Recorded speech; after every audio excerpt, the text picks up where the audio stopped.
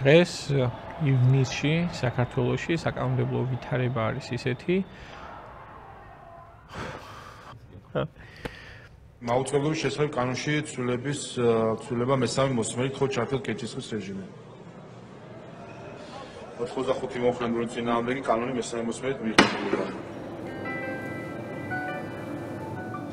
დღეს ახლა ივნისში საქართველოში ვიმყოფებით სიტუაციაში, როდესაც არამხოლოდ ძველი არსებული კანონმდებლობის გამოყენება ხდება თავრობის ან ხელისუფლების მიერ მოქალაქეების წინააღმდეგ, არამედ მათ მიიღეს 14 სხვადასხვა კანონიან საკანონმდებლო პაკეტი 2024 წლის დეკემბრის შემდეგ, რომელსაც აქტიურად იყენებენ მოქალაქეების წინააღმდეგ. შემდეგი კენჭი ეყრება ამერიკის შეერთებულ შტატებში მოქმედი ფარას კანონის ქართულ ასლს უცხოური აგენტების რეგისტრაციის აქტის შესახებ მესამე მოსმენით ხო ჩართოთ კენჭისყრა. 86 მომხრენური წინააღმდეგი კანონი მესამე მოსმენით მიღებულია. ამავე პაკეტში სისხლის სამართლის კოდექსში ცვლილება მესამე მოსმენით ხო ჩართოთ კენჭისყრა. 84 მომხრენური წინააღმდეგი ამერიკული სტანდარტის და ზუსტი ასლი უცხოური აგენტების რეგისტრაციის აქტი მიღებულია. ყველა ეს კანონიან საკანონმდებლო პაკეტი ემსახურება იმას, რომ ჩაიკლას მოქალაქეების თავისუფალი სიტყვა და მათ მთლიანად შეეზღუდოთ მთავრების კრიტიკის ან ნებისმიერი სახის პროტესტის საშუალება. 84 მომხრენური წინააღმდეგი კანონი მესამე მოსმენით მიღებულია. ამავე პაკეტში საჯარო სამართლიანი პირის შესახებ კანონის ცვლილება მესამე მოსმენით ხო ჩართოთ კენჭისყრა.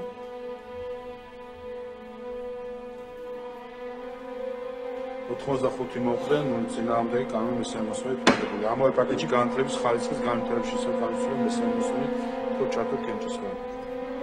85 მომხრენური წინააღმდეგი კანონი მესამე მოსმენით მიღებულია. ამავე პაკეტში ციფრული მმართველობის სააგენტოს შესახებ კანონის ცვლილება მესამე მოსმენით ხო ჩართოთ კენჭისყრა. 84 მომხრენური წინააღმდეგი კანონი მესამე მოსმენით მიღებულია. ამავე პაკეტში პროფესიული თეატრების შესახებ კანონის ცვლილება მესამე მოსმენით ხო ჩართოთ კენჭისყრა. 85 მომხრენური წინააღმდეგი კანონი მესამე მოსმენით მიღებულია. ამავე პაკეტში საქართველოს საარჩევნო კოდექსში ცვლილება მესამე მოსმენით ხო ჩართოთ კენჭისყრა. ყურადღება მაღალი კვორუმია საჭირო. 86 მომხრენური წინააღმდეგი კანონი და მთლიანი პაკეტი მესამე მოსმენით მიღებულია.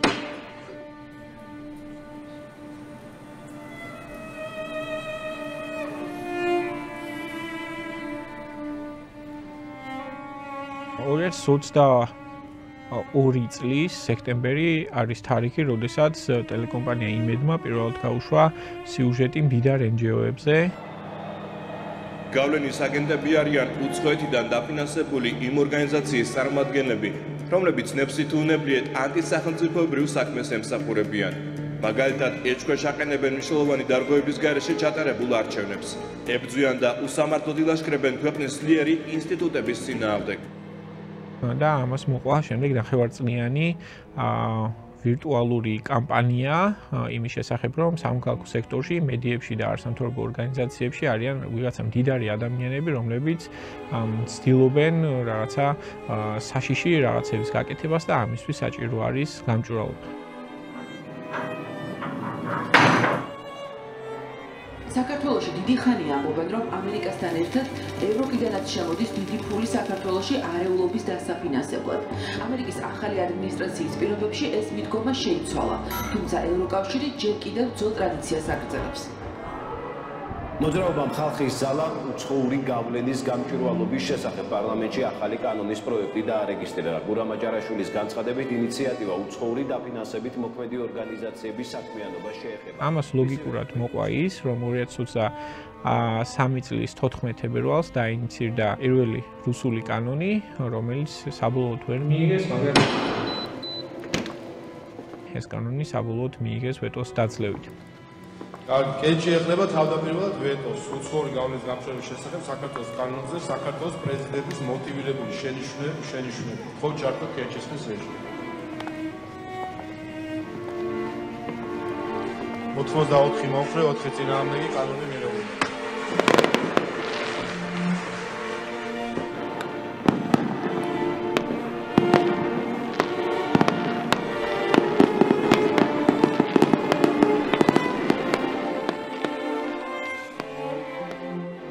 2024 წლიდან რუსული კანონის მიღებას, მოყვა როგორც ცენზურის კანონის მიღება, რომელიც ბავშვების დაცვის კანონად შეფუთეს, მაგრამ სინამდვილეში ადამიანებს თავისუფალი ლაპარაკის და ხელოვნების საშუალებების გამოყენების უფლებას უკრძალავს. ხო, დავამტკიცოთ დღის წესრიგი. მადლობა. კოლეგებო, დღეს ჩვენ ფაქტობრივად დიდი ალბათობით ბოლო სხდომა გვექნება ამ მოწვევის. უკვე მიღებული სხვა კანონები ამოქმედეს იმგვარად, რომ მაგალითად მედიებს ეზღუდებათ ადამიანებისთვის წოდება პოლიტპატიმრისა. მაუწყებლობის შესახებ კანონში ცვლილება მეორე მოსაით, ხო ჩართოთ კენჭისყრის რეჟიმი. 83 მომხრე ერთი წინააღმდეგი პროექტი მეორე მოსაით მიღებულია. თუნდაც საჯარო სამსახურიდან უკვე დაიწყეს ადამიანების გამოშვება, რამდენიმე სხვადასხვა სექტორში ეხო, მხოლოდ იმის გამო, რომ ისინი არ არიან აშკარა მხარდამჭერები, არათუ მოწინააღმდეგეები ამ არჩეული ანტიევროპული კურსისა.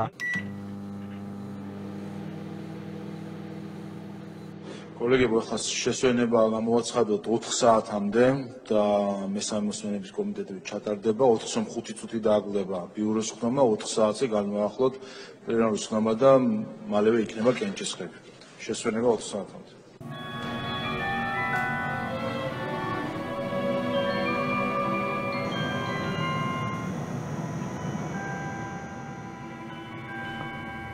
შემდეგი შეკრებისა მანიფესტაციების შესახებ განსხვავება მეორე მოსმენით აქ დათქმა გაკეთდება, თო ჩართოთ კენჭისყრის რეჟიმი. ჩვენ ვნახეთ, რომ ადამიანები, რომლებიც ქუჩაში თავისთვის დადიან, ან თუნდაც მედიის წარმომადგენლები, რომლებიც პროტესტს უღებენ ფოტოებს და ვიდეოებს და უბრალოდ აშუქებენ, ამ ადამიანებს ახლა 10-ჯერ გაზრდილი ჯარიმებით 5000 ლარით აჯარიმებენ. საჯარო სამსახურის შესახებ კანონის ცვლილება მეორე მოსმენით, თო ჩართოთ კენჭისყრის რეჟიმი. სახელმწიფო ქონების შესახებ კანონის ცვლილება მესამე მოსმენით. მეწარმეთა შესახებ კანონის ცვლილება ჯანმრთელობის დაცვის შესახებ კანონის ცვლილება, ადმინისტრაციულ სამართლებათა კოდექსის ცვლილება მესამე მოსმენით. ადამიანის ორგანოთა გადანერგვის შესახებ კანონის ცვლილება. მეორე პაკეტში ადამიანის სოულებისა და უჯრედების გამოყენების შესახებ მესამე პაკეტში საიქიმო საქმიანობის შესახებ კანონის ცვლილება. მეორე პაკეტში პაციენტის უფლებების შესახებ კანონის ცვლილება. ჯანმრთელობის დაცვის შესახებ კანონის ცვლილება მესამე მოსმენით. ცენზურების და ნებართვების შესახებ კანონის ცვლილება მესამე მოსმენით. საერთაშორისო სანებართვო მოსახლეობის შესახებ კანონის ცვლილება. მაუწყებლობის შესახებ კანონის ცვლილება მესამე მოსმენით. კანონის შესახებ კანონის ცვლილება მესამე მოსმენით. სამოქალაქო საფუძვლის კოდექსის ცვლილება მესამე მოსმენით. ბავშვების უფლებათა კოდექსის ცვლილება მესამე მოსმენით. ადმინისტრაციულ სამართლებათა კოდექსის ცვლილება მესამე მოსმენით. სასამართლო კოდექსის ცვლილება მესამე მოსმენით. HIV ინფექციის შესახებ საფუძვლის კანონის ცვლილება. საბიუჯეტო კოდექსში ცვლილების შესახებ მოსმენით მიღებული. საგადასახადო კოდექსის ცვლილება მესამე მოსმენით, თო ჩართოთ კენჭისყრები. ჩვენ ვნახეთ, რომ პიროტექნიკის გაშვება, რომელიც აბსოლუტურად ლეგალური აქტია, მაშინ როდესაც ქართულ ოცნებას ეს არ აინტერესებს, ხდება დანაშაული იმგვარი, რომ შეიძლება ათეულობით დღეებით გაუშვან ადამიანები იზოლატორში და ამას აკეთებენ, არათუ მხოლოდ ჯარიმით შემოიფარგლებიან. სამოქალაქო კოდექსის ცვლილება ერთი მოსმენით, ჯანმრთელობის დაცვის შესახებ კანონის ცვლილება ერთი. ადმინისტრაციულ სამართლებათა კოდექსის ცვლილება ერთი. სალიცენზიო და სანებართვო მოსახლეობის შესახებ კანონის ცვლილება ერთი. საზოგადოებრივი ჯანმრთელობის შესახებ კანონის ცვლილება. საიქიმო საქმიანობის შესახებ კანონის ცვლილება. საგადასახადო კოდექსის ცვლილება ერთი მოსმენით. პაციენტის უფლებების შესახებ კანონში ცვლილება. როდესაც ბევრი ადამიანი ერთად არ ღვევს კანონს, ანუ აცხადებს გარკვეულწილად სამოქალაქო დაუმორჩილებლობას, ასეთი კანონის, ასეთი უსამართლო კანონის აღსრულება არალეგიტიმური კანონისაც შემდეგ შეუძლებელი ხდება. ლიცენზიების და ნებართვების შესახებ კანონის ცვლილება ერთი მოსმენით. პოლიციის შესახებ კანონში ცვლილება ერთი მოსმენით. საჯარო სამართლებრივი პირის შესახებ კანონის ცვლილება ერთი. სახელმწიფო შესყიდვების შესახებ კანონის ცვლილება ერთი მოსმენით. შემდეგი ტურიზმის შესახებ კანონში ცვლილება ერთი მოსმენით. შემდეგი ადგილობრივი მოსახლეობის შესახებ კანონის ცვლილება ერთი. შემდეგი საჯარო სამსახურის შესახებ კანონის ცვლილება ერთი მოსმენით. ადმინისტრაციულ სამართლებრივ კოდექსში ცვლილება ერთი მოსმენით, თო ჩართოთ კენჭისყრები. საგზაო მოძრაობის შესახებ კანონის ცვლილება ერთი მოსმენით, თო ჩართოთ კენჭისყრები. მაგალითად, ასეთი არის ნიღბების ტარება, რომელიც ასევე კრიმინალად გამოაცხადეს, მაგრამ იმდენი ადამიანი გამოდის ყოველდღიურად თუნდაც ან დიდ აქციებზე ნიღბის მეშვეობით, რომ ახლა პოლიციამ დაიწყოს საკითხავთ ყველას დევნა, ცხადია ეს სრულიად სხვა პროცესში გადაიზრდება, ამიტომ სამოქალაქო დაუმორჩილებლობის აი ეს ფორმა არის წარმატებული და ის კანონი, რომელიც მიიღეს, ფაქტობრივად ვერ მუშაობს. შემდეგი მოქალაქეების შესახებ კანონის ცვლილება ერთი მოსმენით, თო ჩართოთ კენჭისყრები. არჩენებს კოდექსში ცვლილება ერთი მოსმენით ხო ჩამოყენებს. არჩენებს მართვის კოდექსში ცვლილება ერთი მოსმენით. ზოგადი განათლების შესახებ განსხვავება ერთი მოსმენით განუნება. სიუცით დაგეგმარების აქტიურად სამშობლო საქმეთა კოდექსში ცვლილება ერთი მოსმენით.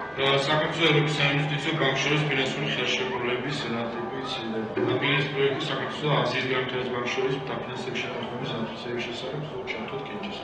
Pentru că საკითხი დადგენილების პროექტი საფრანგეთის განვითარების სააგენტოსა საქართველოს შორის შეთანხმების რატიფიცირების შესახებ თხოვს ჩამოთვლით კენჭის. ბოლო პერიოდში, რასაც ქართული ოცნება აკეთებს, ეს არის ერთგვარი საკანონმდებლო ბლიცკრიგი, იმდენად სწრაფად იღებენ და აღასრულებენ სხვადასხვა ახალ კანონებს, საკანონმდებლო პაკეტებს, ან თუნდაც იხსენებენ ძველ და მივიწყებულ ნორმებს სისხლსამართლის კოდექსში თუ სხვა კანონმდებლობაში, რომ ადამიანები ვერ ასწრებენ კონცენტრირებას ერთ კონკრეტულ საკითხზე, მაშინ როდესაც ყველა სათითაოდ არის დამანგრეველი ქართული საზოგადოებისთვის და ზოგადად იმ სოციალური ფაბრიკისთვის, რომელიც გვაერთიანებს ამ ქვეყნის მოქალაქეებს.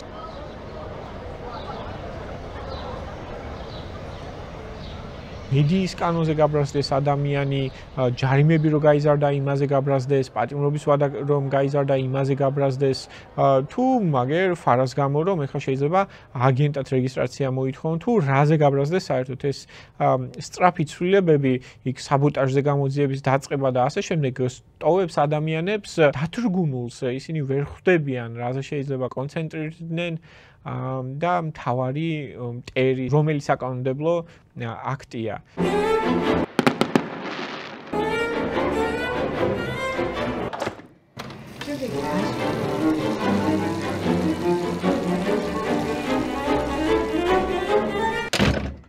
ეს არის ჯერ მხოლოდ შესავალი იმისა, რასაც ეს პარტია აპირებს, რომ გააკეთოს თუ ამისი უფლება მივეცით და ეს არის შესავალი იმ ქვეყნისა, რომელშიც მოგვიწევს ცხოვრება, თუ რამე არ შევცვალეთ.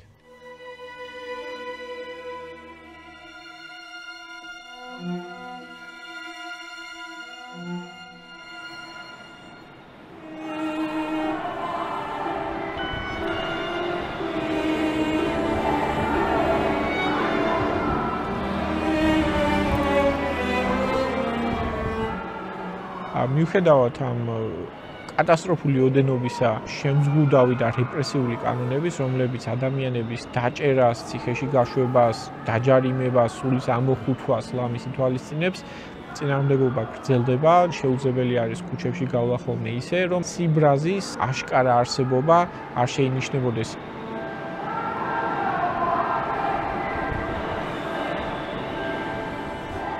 როგორც ზღაპარი არის, რომ დევს ყავს შეპრობილი მთელი სოფელი და რაღაცა ეს სოფლის მოსახლეები ხარკს უხდიან. არასოდეს ამ ასეთი კანონებთან შეგუება, ასეთ კანონებით ცხოვრება არავითარ დადებით შედეგს არ მოგვიტანს.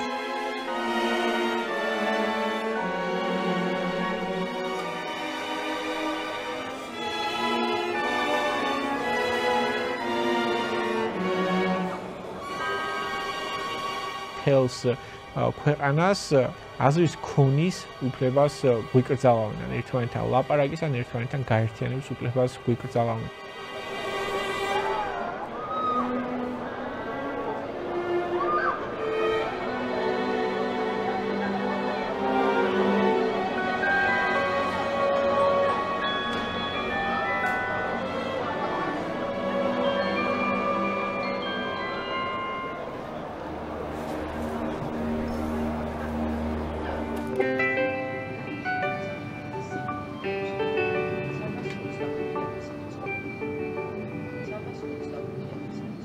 ახლა რა კანონებსაც გვიმატებენ, დამატებით ეს არის ფარა, რომელიც ისახავს კიდევ უფრო შორს მიმავალ მიზნებს, რომ ჩვენ სისხლის სამართლის ინდივიდუალური პასუხისმგებლობის შიშის ქვეშ თავს ვუწოდოთ აგენტები და რომ მოსახლეობასთან კონტაქტის დროსაც წარმოვაჩინოთ ჩვენი თავი როგორც აგენტები, რათა საბოლოო ჯამში ყველა ნდობა დაიკარგოს ჩვენ წინააღმდეგ და თუ ჩვენ უარს ვიტყვით ან საქმიანობის შეწყვეტაზე, ან აგენტის იარლიკის მიწებებაზე, ჩვენ გვემუქრებიან 5 წლიანი თავისუფლების აღკვეთით ან სხვადასხვა ჯარიმებით.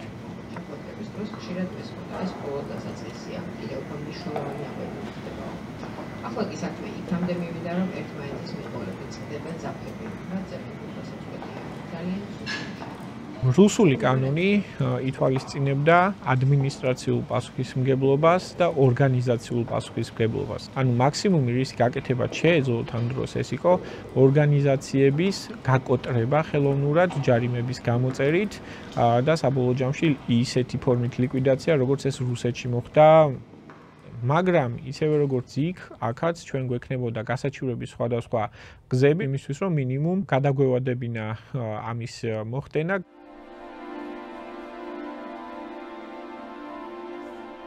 ეს კანონი ვრცელებოდა მხოლოდ ორგანიზაციებს. ამიტომ მაგალითად თუ სხვადასხვა საქმიანობას განახორციელებდნენ ინდივიდები, საინიციატივო ჯგუფები, შპს ან სხვა ფორმით ჩამოყალიბებული სამეწარმეო სუბიექტები, ან თუნდაც უცხოეთში დარეგისტრირებული ორგანიზაციები, ეს კანონი ვერ იქნებოდა ეფექტიანი.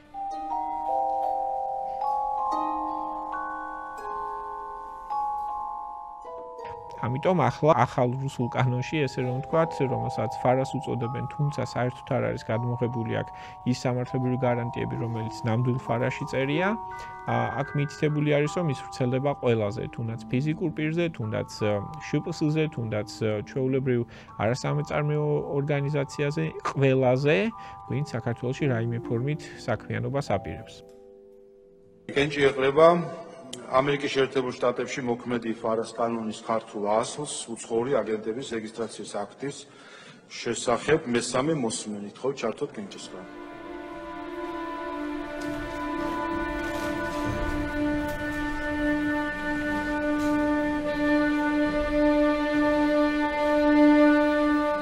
ჩვენ ორი წელი წინ ვამბობდით იმას, რომ საბოლოო ჯამში ამ რუსული კანონის განვითარების ლოგიკური ეტაპი იქნებოდა ის, რომ ის შეეხებოდა თითოეულ მოქალაქეს. არა პირდაპირ ისე, რომ ევროკავშირში ინტეგრაცია შეაჩერებდა ან პერსონალურ ინფორმაციაზე უარის თქმა მოუწევდათ, არამედ რომ მათი სისხლის სამართლებრივი პასუხისმგებლობა გახდებოდა შესაძლებელი ამ კანონის მეშვეობით. ახლა ვცხოვრობთ ამ რეალობაში, სადაც 31 მაისის შემდეგ ამოქმედებული ფარას გამო თითოეული ქართველი, რომელიც იღებს რაიმე ფორმით უცხოური ტიპის დაფინანსებას და გამოხატავს რაიმე ფორმით უკმაყოფილებას, კრიტიკას, პროტესტს ნებისმიერ საზოგადოებრივ საკითხთან დაკავშირებით, ეს იქნება არჩევნები თუ ეს იქნება საცობები ქალაქში.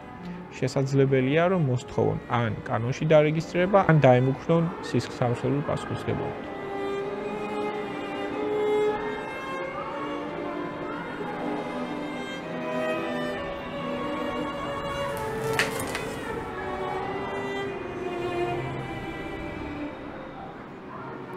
ხშირად ამბობენ, რომ და სამწუხაროა, რომ ამას სახალხო დამცველიც კი იმეორებს, რომ როგორ შეიძლება ეს კანონი იყოს რაიმე ფორმით დემოკრატიასთან შეუსაბამო, როცა ის პირდაპირ ნათარგმნია ამერიკიდან და როგორ შეიძლება ამერიკული კანონი იყოს არადემოკრატიული.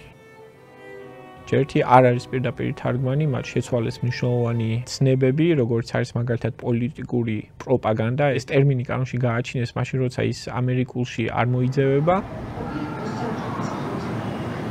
ქართულ და ამერიკულ ფარებს შორის არის უდიდესი განსხვავება. ეს განსხვავება არის პირველ რიგში იმასთან მიმართებით, თუ ვინ არის აგენტი, ვინ მოიაზრებს ამერიკული კანონი აგენტად და ვის მოიაზრებს კანონი საქართველოში ამ პოლიტიკური პარტიის განმარტებით აგენტად.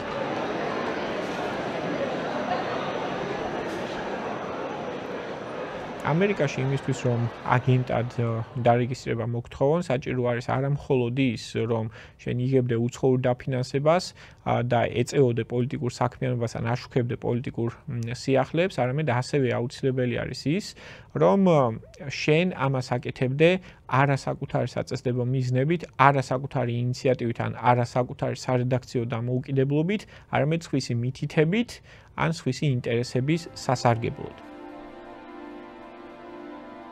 ქართული კანონის რედაქცია არის იგივე, მაგრამ ყველა განმარტებით, რომელიც განხორციელდა როგორც ამ პარტიის წარმომადგენლებისგან, ისე ამ კანონის აღმასრულებელისგან, ანტიკორუფციული ბიუროსგან, ისინი ამ მესამე ელემენტს საერთოდ არ აქცევენ ყურადღებას. ანუ ისინი ამბობენ, რომ თუ უცხოურ დაფინანსებას იღებ და რაიმე სახის აზრებს აფიქსირებ, ეს ნიშნავს, რომ იმ უცხოელი დონორის ინტერესების გამო აკეთებ ამას.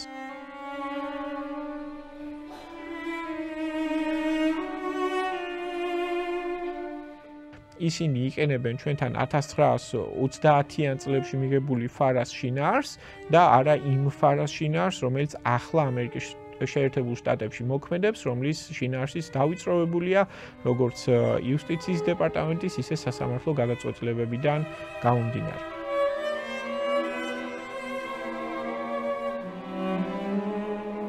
ამერიკაში ეგრეთ წოდებულ core funding-ს, რაც ნიშნავს დონაციას ორგანიზაციისთვის, რომ მან გააგრძელოს თავისი საქმიანობა ისე, როგორც გაუხარდება, არ ხედავენ ისეთ საკითხად, რომელიც წარმოშობს ფარას რეესტრში რეგისტრაციის ვალდებულებას. ჩვენთან ისინი არაპირებენ, რომ შეხედონ რამენაირად ეს უცხოური დაფინანსება არის მიბმული თუ არა რაიმე საპასუხო შემხედრ ვალდებულებას და ამბობენ, რომ თუ შენ დაფინანსება მიიღე და ამავდროულად ახორციელებ რაიმე სახის საზოგადოებრივ საქმიანობას, შენ უკვე უნდა წახვიდე და დარეგისტრირდე. ეს არის აშკარა განსხვავებები, რომლებიც როგორც ამერიკულ, ისე ქართულ საკანონმდებლო სივრცეში ერთმანეთს არ შეესაბამება.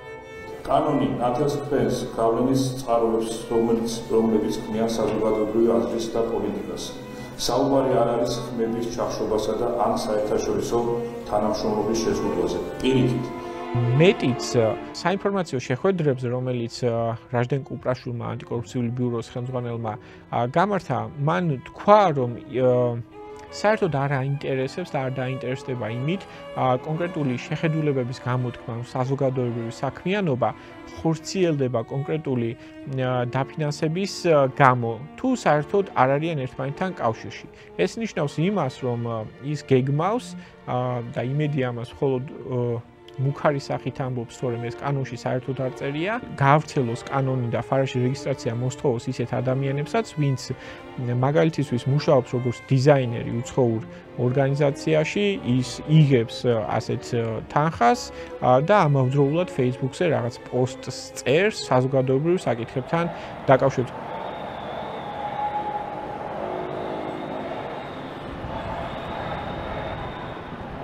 ერთმანეთთან საერთოდ არ არის დაკავშირებული ერთი მხრივ უცხოური ფულის მიღება, რადგან ეს არის სამსახური ხელფასი რაღაცა დიზაინერული თუ ბუღალტრული საქმიანობის გამო, ხოლო მეორე მხრივ არის რაღაცა ტიპის საზოგადოებრივი აზრის გამოხატვა, რომელსაც ის საკუთარი ნებიდან, როგორც მოქალაქეობრივი საწყისებიდან აკეთებს. ფაქტობრივად შესაძლებელი ხდება, რომ თუნდაც იღებდეს ადამიანი გადმორიცხვით საკუთარი ოჯახის წევრისგან რაღაცა თანხას საზღვარგარეთიდან და თუნდაც ის ადამიანი საქართველოს მოქალაქე იყოს, მაგრამ იქ მუდმივად ცხოვრობდეს, ანუ გვაქვს მხოლოდ დაფინანსების ნაწილი ყველანაირი მიზნობრიობის გარეშე და მეორე მხრივ გვაქვს ამ ადამიანის მიერ გამოთქმული რაღაცა აზრი საზოგადოებრივ საკითხებთან დაკავშირებით, ეს მათი აზრით უნდა იყოს აგენტად დარეგისტრირების საფუძველი. მოხდენილი წინააღმდეგი კანონი 1.11 მიღებულია. საჯარო სამართლიური პირის შესახებ კანონმდებლობა 1.11 ხო ჩართოთ კენჭისხლი.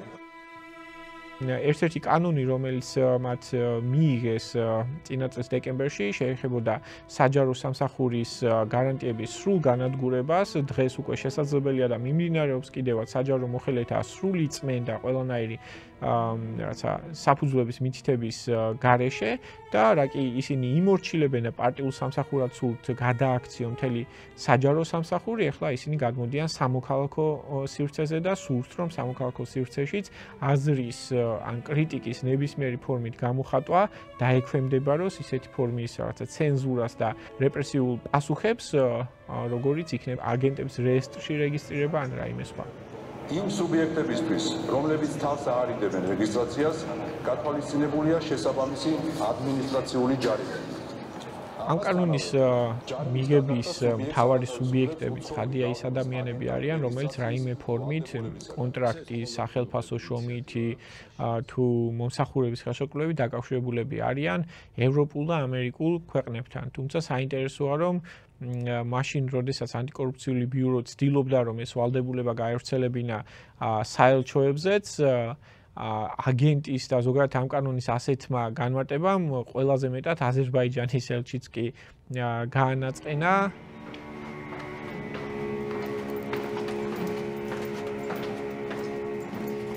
ეს კანონი უცხოური პრინციპალად მოიაზრებს ნებისმიერ სახელმწიფოს და შესაბამისად ეს უცხოური პრინციპალის, უცხოელის და ასე შემდეგ მითითება აჩენს განცდას, რომ ეს ადამიანები, ეს ორგანიზაციები, ეს სახელმწიფოები საქართველოში არ ვიცი, ან ჯაშუშურ საქმიანობას აფინანსებენ, ან აგენტურს, ან რაღაცა მსგავს. სინამდვილეში ეს როგორც წესი არის, რაღაცა განვითარებასთან დაკავშირებული სოფლის მეურნეობის იქნება თუ რაღაცა უფლებების დაცვის მიმართულებით სერვისების მიწოდება, რომელთაც შემდგომ საქართველოს მოსახლეობის დიდი უმრავლესობა სარგებლობს ხოლმე.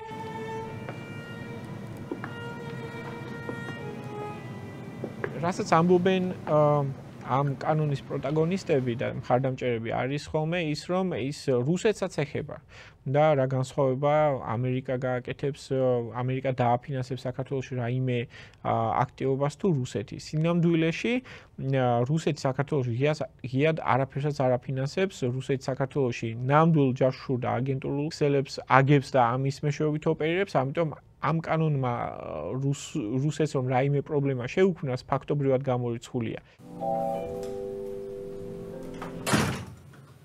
რატომ იღებენ საერთოდ ამ კანონს, რაში ჭირდებათ, რომ ვიღაცა ადამიანები იყვნენ აგენტად რეგისტრირებული? ეს არის კარგად გამოცდილი ერთ-ერთი სქემა, რომლითაც შესაძლებელი არის ქვეყანაში არ მხოლოდ სამოქალაქო სექტორის განადგურება, არამედ მთლიანად ყველანაირი საპროტესტო აზრის ჩახშობა. აგენტი ნიშნავს ადამიანს, რომლის ნდობაც არ შეიძლება, განსაკუთრებით ასე არის პოსტსაბჭოთა ქვეყნებში, ამიტომ რაც ვნახეთ რუსეთში და სხვა ქვეყნებში, ეს იყო, რომ ადამიანები, რომლებიც ესე მოხაზეს და რომლებიც აგენტების რეესტრში შეიყვანეს, მათ მიმართ მოხდა მათი გარიყვა. ისინი აღარ იყვნენ ჩართული სამოქალაქო რაიმე სახის აქტივობებში, მათ ხალხი აღარ ენდობოდა, მარტივად რომ ვთქვათ.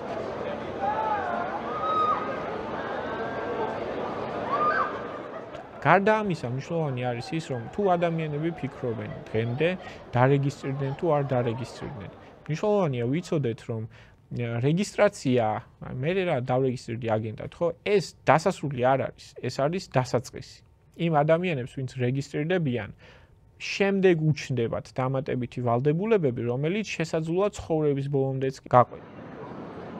ახლა თუ ადამიანი დარეგისტრირდება, მას მოუწევს, რომ მუდმივად ავსოს დეკლარაციები საკუთარ შემოსავალთან და გასავალთან დაკავშირებით, მუდმივად იმეოროს, რომ მის მიერ გამოხატული აზრები, მის მიერ დაწერილი წიგნი, მის მიერ გაკეთებული საჯარო პოზიციონირება არის გაკეთებული აგენტის მიერ, მას მოუწევს, რომ გასცეს ნებისმიერი სახის თუნდაც საიდუმლო ინფორმაცია, რომელსაც მას მოსთხოვენ, იქნება ეს პერსონალური, კომერციული თუ სხვა სახის საიდუმლოება და ეს არის უკვე რაც უწევს.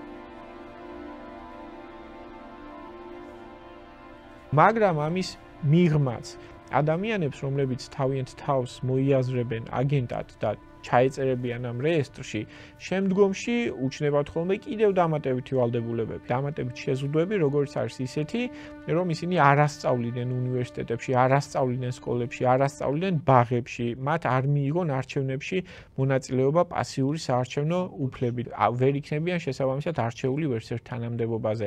ერთ სიტყვით ეს ადამიანები არ მხოლოდ აგენტები ხდებიან, არამედ ისინი ექვემდებარებიან უცხოელის სამართლებრივ სტატუსს, ან ფაქტობრივად ხდება ამ ადამიანების უცხოელად მიჩნევა მიუხედავად იმისა, რომ ის ამ ქვეყნის მოქალაქეა.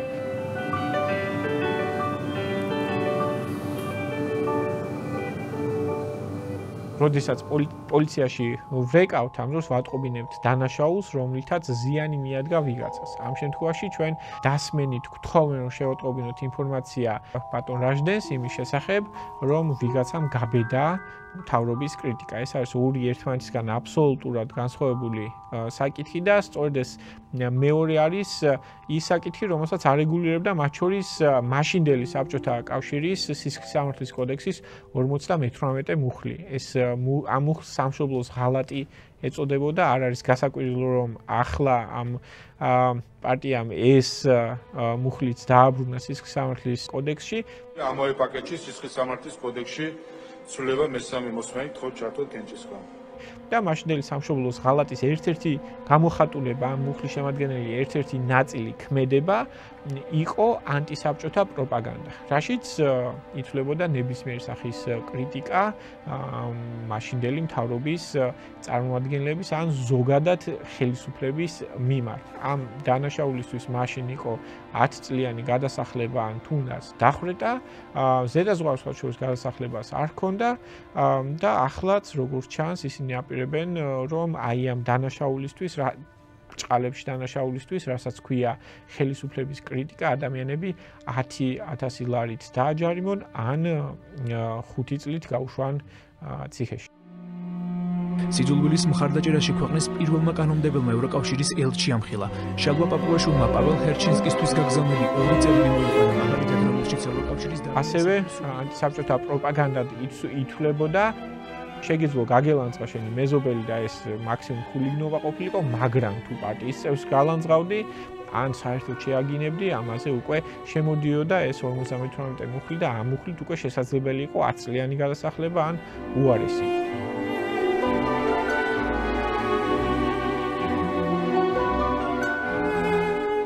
საინტერესოა რომ ჩვენთანაც შემოიტანეს ისეთი კანონი, რომელიც კრძალავს აი ამ თანამდებობის პირების ან ამ პარტიის ზოგადად წევრების და მათ კრიტიკას მათი პოლიტიკური საქმიანობის გამო ან თუნდაც ისეთი ტიპის შეურაცხყოფას, როგორცაც ისინი შეურაცხყოფად იღებენ. შეიძლება ობიექტურად არც იყოს შეურაცხყოფა, მაგრამ აი მათ ეგოს მიადგა რაღაცა ზიანი და მორჩა ამ მუხლის გამოყენება შეიძლება. ჩვენთან ჯერ გადასახლება არ არის ამ მთავრობის წარმომადგენლების კრიტიკის გამო, თუმცა ეს 5,000 ლარიანი ჯარიმები ან 60 დღიანი პატიმრობები თითოეული ასეთი შემთხვევის გამო, რომლის რეესტრსაც როგორც აღმოჩნდა, ისინი აწარმოებენ და შემდეგ ამას გადასცემენ თურმე შინაგან საქმეთა სამინისტროს იმისთვის, რომ ამათ თითოეულ ასეთ შემთხვევაზე საქმე წაიღონ სასამართლოში და სასამართლოს გზით ამ ქართული ოცნებაზე აუგის მთქმელები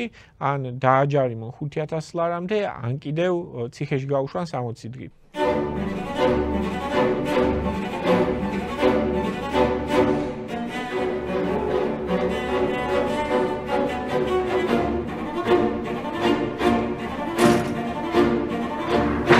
ფარა კონკრეტულად არის პანდორას ყუთი და მე დარწმუნებული ვარ, რომ თვითონ ქართული ოცნებაც ჯერ ვერ იაზრებს რამხელა შესაძლებლობის ფანჯარა გახსნა ამ კანონის მიღებით, მაგრამ თუ მოხდა ისე, რომ სხვა ხელისუფლება მოვიდა, ოდესმე ხო შეიძლება რომ შეიცვალოს ხელისუფლება, თუნდაც რაღაცა ეხლა და ორ თვეში არა.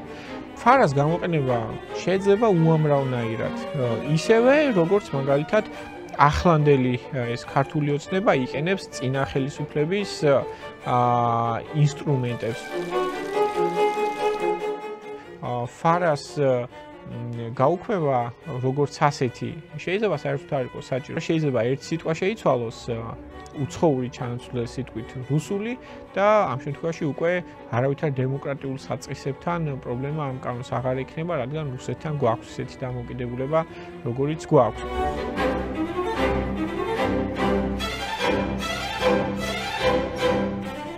უარესით შეიძლება მოხდეს, რომ ეს ადამიანები შეირაცხონ როგორც რუსეთის აგენტები და შემდეგ მოუწიოთ ციხეში წასვლა.